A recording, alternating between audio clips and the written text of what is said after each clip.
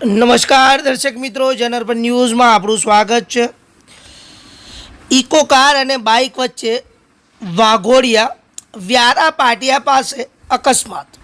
વાઘોડિયા તાલુકાના વ્યારા પાટિયા પાસે દારૂ ભરી જતી ઇકોએ બાઇક ચાલકને ઉડાવી દારૂની પેટીઓ અન્ય વાહન મારફતે લઈ ગયાનો આક્ષેપ અકસ્માતનો ભોગ બનેલ પરિવારે લગાવ્યો હતો। વાઘોડિયાના ડભોઈ રોડ પર શમી સાંજે વ્યારા વેજલપુર વચ્ચે એક ઇકો અને બાઇક વચ્ચે સર્જાયેલ અકસ્માતમાં ઇકોમાં દારૂની પેટીઓ હોવાનો આક્ષેપ પરિવારે લગાવ્યો હતો। અકસ્માતમાં સ્થળેથી જ ઇકો હટાવી બુટલેગર દારૂ અન્ય ગાડીમાં ઘટના સ્થળેથી ટ્રાન્સફર કરી લઈ ગયા હોવાનો આક્ષેપ પરિવારે લગાવ્યો હતો। ઘટના સ્થળે પોલીસ પહોંચી અને તે પહેલાં બુટલેગર દારૂની પેટીઓ અન્ય વાહનોમાં તાત્કાલિક લઈ ફરાર થઈ ગયો હતો। ઘટનાના પગલે રાહદારીઓએ આવી ચડતા ઇકોમાંથી પેટીઓ અન્ય વાહનમાં ભરતો વિડીયો કોઈ રાહદારીએ બનાવ્યો હતો। વાઘોડિયા જીઆઈડીસીમાં ખાનગી કંપનીમાં નોકરી કરતા માસિયાભાઈને લેવા આવતા દીપકભાઈ મુકેશભાઈ વસાવા રહેવાસી કાગડીપુરા તાલુકો વાઘોડિયા જિલ્લો વડોદરાના અકસ્માતમાં ઇજાગ્રસ્ત થયા હતા। પારુલ હોસ્પિટલમાં 108 મારફતે સારવાર અર્થે તેમને લઈ જવામાં આવ્યા હતા। જો કે દારૂની ખેપ કરનાર બુટલેગર સામે ફરિયાદ કરવામાં આવેલ પરિવારની ફરિયાદ વાઘોડિયા પોલીસ લીધી ન હતી તેઓએ આક્ષેપ પરિવારજનોએ લગાવ્યો હતો।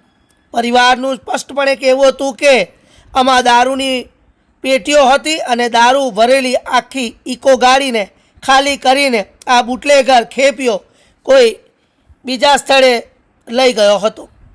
પોલીસ સ્થળ પંચકાશ કરવાને બદલે ઇકોમાં ગોળ હોવાની વાતો વળગી રહેતા પોલીસ સામે પરિવારે શંકા વ્યક્ત કરી હતી। ઘાયલ યુવકના પરિવારજનો વાઘોડિયા પોલીસ મથકે આવ્યા હતા। જો કે સમી સાંજે 5:30 વાગે બનેલી ઘટના બાદ પોલીસ સહકાર નહીં આપતા પરિવાર કોર્ટમાં કેસ દાખલ કરવા અંગેનું મન બનાવી લીધું હતું। જોવાનું હવે એ રહ્યું કે વાઘોડિયા પોલીસ સામે આજે ગંભીર આક્ષેપો છે।